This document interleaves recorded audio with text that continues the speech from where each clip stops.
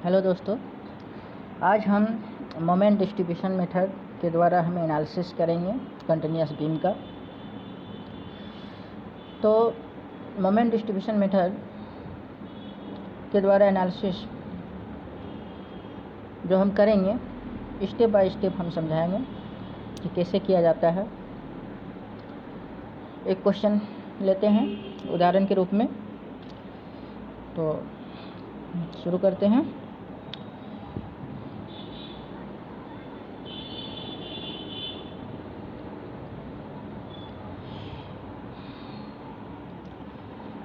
तो सपोज ये मेरा क्वेश्चन है जिस पर एक यूडीएल लगा हुआ है ए से बी तक 6 किलोन्यूटन पर मीटर, और दूसरा यूडीएल है 10 किलोन्यूटन पर मीटर बी से सी तक, और ए से बी तक का डिस्टेंस है 4 मीटर और बी से सी तक का डिस्टेंस 6 मीटर। इसको एनालिसिस करना है। तो इसमें सबसे पहले हम क्या काम करेंगे, डिस्ट्रीब्यूशन फैक्टर निकालेंगे। तो डिस्ट्रीब्यूशन फैक्टर हम कैसे निकालें, ठीक है। तो एक टेबल पहले हम बनाएंगे डिस्ट्रीब्यूशन फैक्टर निकालने के लिए। Joint member relative stiffness, total relative stiffness और distribution factor. Joint member relative stiffness, total relative stiffness और डिस्ट्रीब्यूशन फैक्टर। तो सबसे पहले हम बीम देखेंगे कि जॉइंट कहाँ है। ए बी सी में बी के पास जॉइंट है जो बी ए को जोड़ रहा है और बी सी को जोड़ रहा है।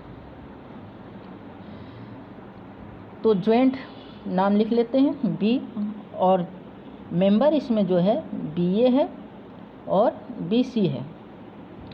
अब रिलेटिव स्टिफनेस, और रिलेटिव स्टिफनेस क्या है, तो जैसे फिक्स इन मोमेंट रहता तो उसमें आई अपन एल लिखते, लेकिन यहाँ फिक्स इन मोमेंट नहीं है। यहाँ एक कंटिन्यूस बीम है सिंपली सपोर्टेड, जिसमें हम 3/4 इसको मल्टीप्लाई कर देते हैं। तो स्टिफनेस मेरा होगा 3/4 I/L। L यहाँ मेरा 4 मीटर है, तो L की जगह पे 4 होगा। तो ये हो गया 3I/16। और BC मेंबर के लिए उसी प्रकार निकालेंगे। इधर भी कोई फिक्स बीम नहीं है और इसीलिए इसमें भी 3/4 लगाएंगे into I/6 equal to I/8 हो जाएगा। अब दोनों को हम जोड़ देंगे तो टोटल रिलेटिव स्टिफनेस हो जाएगा। तो टोटल हम जोड़ देते हैं तो 5I/16 हो गया। अब डिस्ट्रीब्यूशन फैक्टर वो कैसे निकालेंगे, तो रिलेटिव स्टिफनेस जो है वो टोटल रिलेटिव स्टिफनेस से डिवाइड कर देंगे तो वो मेरा डिस्ट्रीब्यूशन फैक्टर निकल जाएगा। तो बी ए के लिए हो जाएगा तो 3I/16 बाय 5I/16, तो ये 3/5 हो गया। फिर उसी प्रकार हम निकालेंगे मेंबर बी सी के लिए, तो I/8 अपन 5I/16, तो ये हो जाएगा 2/5। ठीक है दोस्तों, ये तो मेरा डिस्ट्रीब्यूशन फैक्टर निकल गया। अब दूसरा स्टेप क्या है, दूसरा स्टेप यह है कि हम फिक्स इन मोमेंट निकालेंगे। फिक्स इन मोमेंट निकालने के लिए फिर हम बीम देखते हैं, कंटिन्यूस बीम। ये देखिए फिक्स इन मोमेंट निकालेंगे तो पॉइंट ए पर निकालेंगे, बी पर निकालेंगे, सी पर निकालेंगे। तो किस प्रकार निकालेंगे, fix in moment A B, फिर बी से ए की ओर, फिर बी से सी की ओर, फिर सी से बी की ओर। ठीक है, तो इसका एक फार्मूला है, तो देखते हैं फार्मूला क्या है। देखिए स्टेप 2, फिक्स इन मोमेंट निकालने के लिए MABF, मतलब फिक्स इन मोमेंट निकालेंगे ए से बी की ओर फिक्स, तो -WL² बाय 12 ये फार्मूला है। तो W यानी जो लोड है मेरा 6 किलो न्यूटन और L मेरा 4 मीटर है और 12 से डिवाइड करना है, तो 6 into 4²/12 equal to -8 kilo newton. अब MBA, B से A की ओर चलेंगे तो जस्ट अपोजिट उसका होगा, यहाँ माइनस था और यहाँ प्लस मेरा हो जाएगा, WL²/12 तो वही रहेगा, तो फिर ये +8 किलो न्यूटन आ जाएगा। अब दूसरा है, अब BC और CB की ओर, तो निकालते हैं BC और CB की ओर। देखिए तो फार्मूला वही है, क्योंकि यहाँ यूडीएल लगा हुआ है, यूडीएल के लिए WL²/12 होता है, तो माइनस B से C की ओर जाएंगे तो यानी लेफ्ट से राइट की ओर, तो W 10 है, L 6 मेरा है, मान बिठाते हैं इसका, तो 30 किलो न्यूटन माइनस में, और MCB यानी C से B की ओर फिर वापस आएंगे तो प्लस हो जाएगा 30। ये मेरा वैल्यू निकल गया फिक्सिंग मोमेंट और डिस्ट्रीब्यूशन फैक्टर ये। उसके बाद थर्ड स्टेप जो है डिस्ट्रीब्यूशन करना, मोमेंट का डिस्ट्रीब्यूशन करना, कैसे हम मोमेंट का डिस्ट्रीब्यूशन करेंगे और फाइनल मोमेंट मेरा क्या आएगा। तो सबसे पहले जो मेरा कंटिन्यूस बीम था उसको हम प्लॉट कर लेते हैं, तो ये मैंने प्लॉट कर लिया, और जो मेरा डिस्ट्रीब्यूशन फैक्टर है किस पॉइंट पर है, B पॉइंट पर है, तो B के बाईं ओर क्या है, BA मेंबर के लिए ये 3/5 और BC मेंबर के लिए है 2/5, वो मैंने यहाँ लिख दिया। देखिए उसके बाद मेरा जो फिक्स इन मोमेंट निकला है किस किस पॉइंट पर निकला है, एक AB का है जो A से B की ओर तो -8 है, और B से A की ओर यहाँ तो +8 है, और फिर B से C की ओर -30 और C से B की ओर +30। ये मैंने पुट कर दिया सभी का वैल्यू, ठीक है। अब करना क्या है, देखिए जब यहाँ कोई फिक्स इन नहीं है तो बीच वाला जो पार्ट मेरा B जो है वो फिक्स इंड का काम करता है, तो फिक्स इंड का काम करता है, तो यहाँ टोटल मोमेंट मेरा डिस्ट्रीब्यूट करना है। तो कैसे डिस्ट्रीब्यूट होगा, तो A में -8 है, इसको हम इक्विवेलेंट करेंगे तो +8 इसमें जोड़ देना है, और फिर इधर जो C मेरा है पॉइंट A B C, तो C में मेरा जो है -30 है उसको +30 जोड़ देंगे, और जस्ट उसका जो 50% लोड है मोमेंट है वो इसमें ट्रांसफ़र आ जाएगा। इसका +8 है, इसका 50% जो है वो B के पास ट्रांसफ़र हो जाएगा। तो 8 था तो यहाँ +4 हो गया, और -30 था तो -15 हो गया। अब क्या करना है, मोमेंट तो ट्रांसफ़र हो गया, अब टोटल को ऐड कर देना है, तो 8 और 4 +12 हो जाएगा, -30 -15 तो ये मेरा -45 हो जाएगा, और +30 और -30 ये 0 हो जाएगा, -8 और 8 ये 0 हो जाएगा। अब देखिए B पर मेरा मोमेंट आ गया 12 -45, यहाँ 0 यहाँ 0। ये फाइनल मोमेंट नहीं है, क्योंकि यहाँ फाइनल मोमेंट उसको बोलेंगे जब दोनों यहाँ बराबर मेरा हो जाएगा, यहाँ भी वही रहता यहाँ भी वही रहता। तब अब क्या करना है कि ये दोनों को हम फिर प्लस करेंगे दोनों ओर का, तो 12 - 45 जितना होगा उसको हम 3/5 से मल्टीप्लाई कर देंगे तो मेरा 19.8 हुआ। फिर 12 - 45 जितना होगा उसको मल्टीप्लाई कर देंगे 2/5 से 13.2 होगा, ठीक है। अब हम फिर ऐड करेंगे तो 12 + 19.8 = 31.8, और फिर -45 प्लस 13.2 इक्वल टू -31.8। अब देखिए ये दोनों वैल्यू मेरा बराबर आ गया, यानी ये मेरा फाइनल मोमेंट है और इधर मेरा 0 0 आ गया। ठीक है, ये मेरा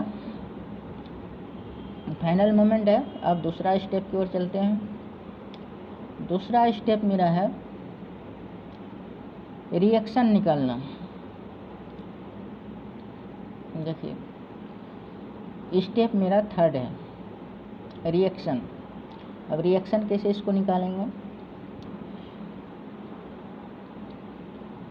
तो फिक्स इन मोमेंट निकाल लिए, डिस्ट्रीब्यूशन फैक्टर निकाल लिए और डिस्ट्रीब्यूट भी कर दिए। अब रिएक्शन निकालेंगे। रिएक्शन निकालने के लिए जो बेस मेरा है शियर फोर्स, बेंडिंग मोमेंट, वो आना चाहिए। यदि वो नहीं आता है तो ये नहीं बन पाएगा, इसलिए वो सब दोहरा लें। अब हम निकालते हैं इसका बेंडिंग मोमेंट एट बी पर मेरा बेंडिंग मोमेंट क्या होगा। अभी बी पर मेरा जो निकला है एक 31.8 है, -31.8 है। तो इसी को लेकर चलेंगे लेफ्ट हैंड साइड। जब भी ये सपोज दैट इसका रिएक्शन जो मेरा है VA है और ये B का है VB और C का है VC, तो डिस्टेंस मेरा 4 है, तो 4 इंटू VA माइनस 6 इंटू जो डिस्टेंस है 4 इंटू जो सेंटर है 4/2 इक्वल टू जो मेरा 31.8 मोमेंट के बराबर होगा। अब 4 VA इक्वल टू, इसको सॉल्व करेंगे तो 16.2 होगा, इसलिए VA इक्वल टू 4.05, ये VA का मान निकल गया। अब taking moment B at from right side, अब इधर से लेंगे जो 10 किलोन्यूटन UDL है मेरा। तो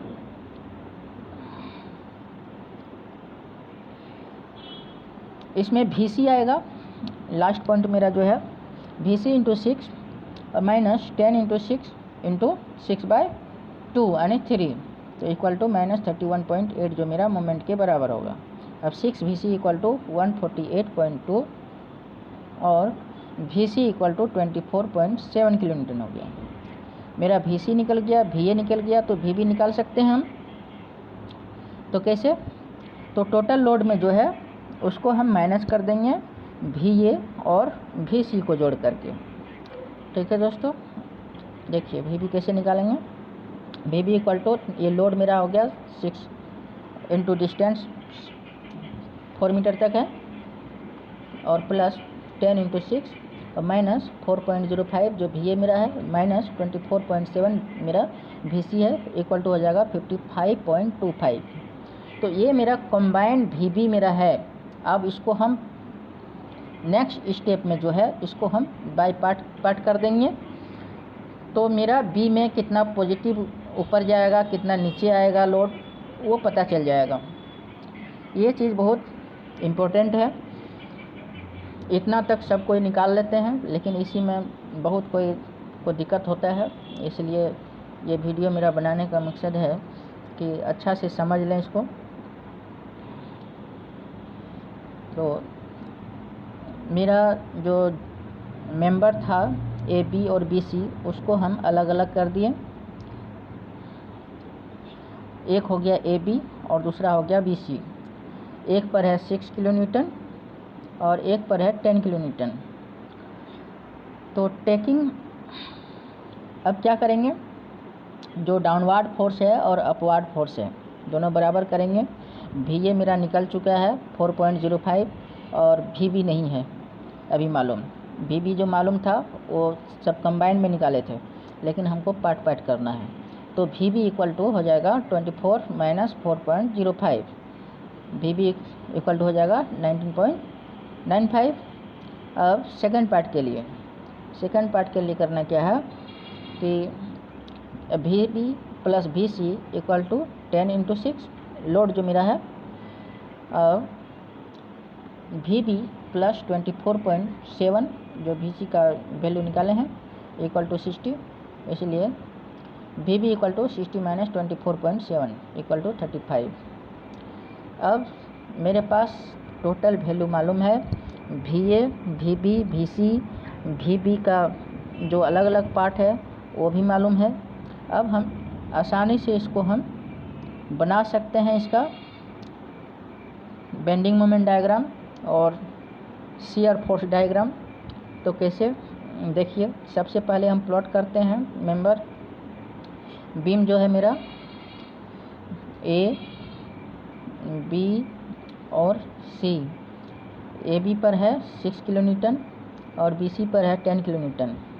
अब उसको हम सीधा सीधा सीधा इसका लाइन खींच देते हैं और देखिए जो ए का मेरा है वी ए 4.05 उसको प्लॉट कर दिए और बी के पास जो इंडिविजुअल लिए थे, तो जब एक और प्लस मेरा आएगा तो शियर फोर्स में स्वाभाविक है कि दूसरे ओर मेरा नेगेटिव में माइनस में जाएगा। तो 19.95 किलो न्यूटन हो गया मेरा इधर। और दूसरा मेरा जो पार्ट था 35.3, तो ये मेरा ऊपर चला गया। अब देखिए 35.3 प्लस 19.95 जो मेरा 55.25 जो मेरा मिला हुआ जो आया था कंबाइंड वीपी का मान वो सही है, यानी चेक एक प्रकार का हो गया। और दूसरा, अब जब ये मेरा पॉजिटिव है तो दूसरा है कि ये नेगेटिव में आएगा, जो वीसी हम निकाल चुके थे 24.7। तो ये मेरा शियर फोर्स डायग्राम कंप्लीट हुआ। अब दूसरा है कि हम बेंडिंग मोमेंट डायग्राम कैसे निकालेंगे। तो देखिए बेंडिंग मोमेंट डायग्राम कैसे निकालेंगे। तो फिर प्लॉट कर दिए और मेरा जो मोमेंट आया है बी पर 31.8 जो है वो प्लॉट कर दिए। सबसे पहले ये 31.8 जो मेरा मोमेंट आया था फाइनल मोमेंट, वो सबसे पहले हम प्लॉट करेंगे। उसके बाद ये बहुत इम्पोर्टेंट चीज़ है, देखिए अब हम निकालेंगे इसका बेंडिंग मोमेंट क्या होता है। यूडीएल का मालूम है कि WL²/8 होता है, तो हम WL यहाँ L का मान जो 4 है उसको हम बिठा देंगे तो मेरा ये 12 आएगा। तो 12 का डिस्टेंस जो है मेरा यहाँ से यहाँ तक आएगा, यहाँ से यहाँ तक आएगा और यहाँ तक का डिस्टेंस जो है 31.8 है, ये तो मालूम है।